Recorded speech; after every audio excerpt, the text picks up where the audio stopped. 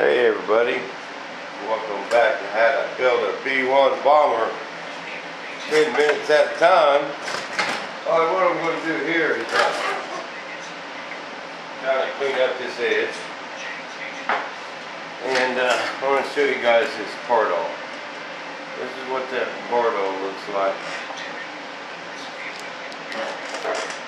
You can actually peel it off, but it ends up just a couple light mist coats. Is all this is. It ends up like cellophane, you know, like saran wrap or something. And this water just melts it quick. A couple swipes with a sponge and it's gone. We can scrub it with lacquer thinner. It won't fade it. It's amazing stuff. In my dots here, I want to save. Sometimes these come out with the parting plane, and sometimes they stick. I'll just stick them on a board so I can use them again later.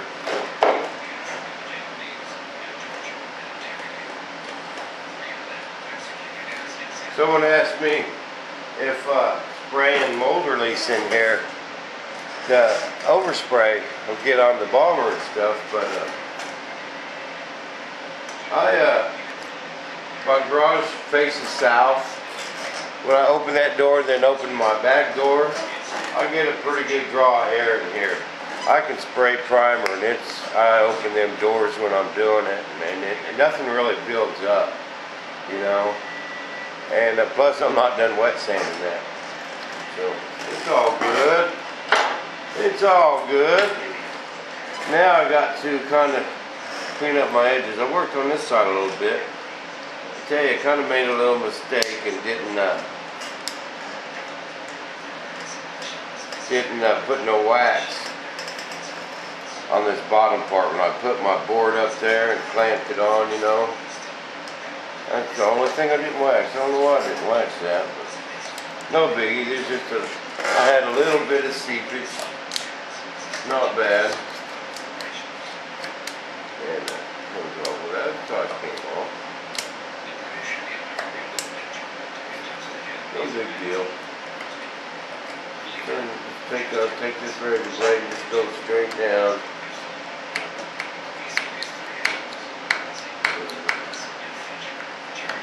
If it marks up my plug a little bit, no big deal. That's where the seam's going to be on my plane anyway, you know.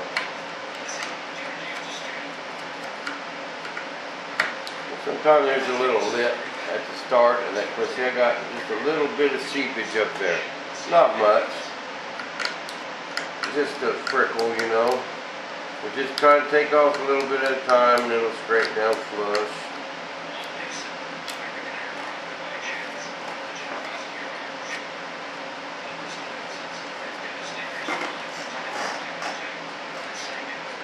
Really not much on here at all. But someone asked me if why I use that white resin. I'm going to tell you straight up, okay? When I started this molding, I started not knowing nothing. No one taught me nothing. I just started doing it. I just wanted to do it and started doing it. Well, I did experiment around a little bit before I dove into that GB fuselage. I molded some parts, and my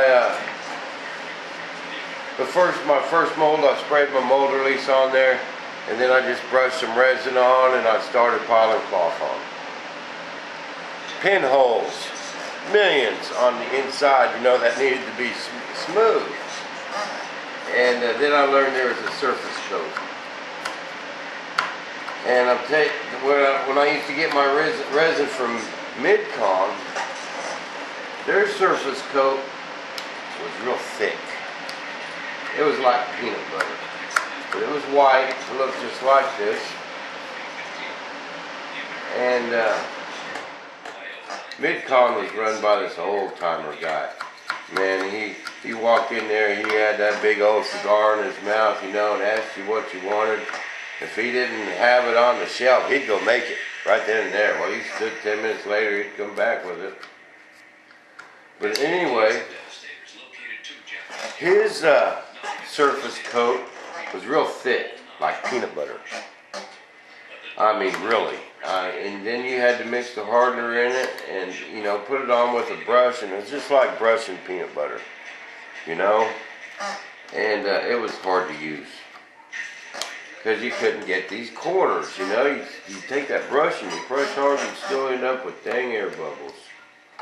But I used it and learned how to deal with it a little bit, started heating it up, and just kind of experimented, and I got pretty good results out of it. But this white stuff from Associated, I really like this stuff. And what it does, you know, you just put 2 or 3 coats on there and let it set up like I was doing, just so you get a nice build, you know, a nice even coat of build. And I end up with not one air bubble on my edges. I mean, not one. Because you're putting it on thin. You're not gobbing it. That stuff flows. Air bubbles will come to the surface. And then you get a nice surface coat. You get a nice, smooth, pinhole-free surface with a nice edge. Then you start piling your glass on. And that's pretty much why. Because if you tried to do that with just plain old white resin, it's thick, it don't like to clean. You know, almost every bit would run off onto the floor if you tried to do that without thickening it. That's why at first I was using calcium carbonate. And you know, that works okay. You can do that. But I like this white stuff a whole lot better. And you know, now that I've experimented around with it, and I really know how to use it, and we should take the experimentation away from you guys. Just watch these videos and do it just like this. Y'all can do this. I know you can.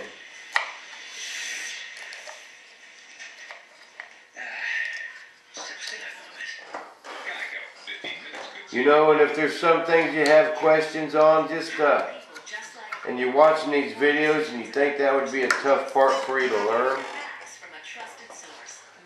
mark that number of video. You know, just mark it on your wall in your shop, you know. It's where you could, you know, refer back to that video without having to thumb through 200, you know. I'm putting a lot of movies on there. As long as you guys are loving it, I'll keep doing it.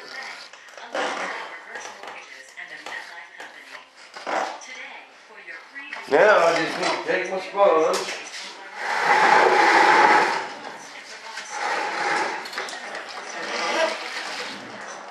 Wipe this.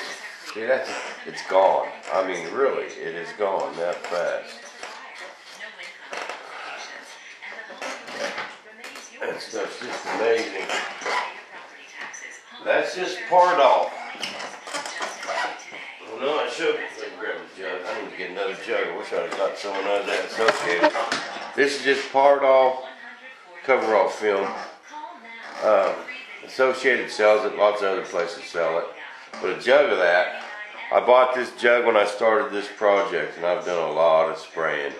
You know, just your average guy, you know, when I did a few molds, that would last me a couple years, you know. It's only like $10. It ain't very much, it might be a little more. It ain't very expensive.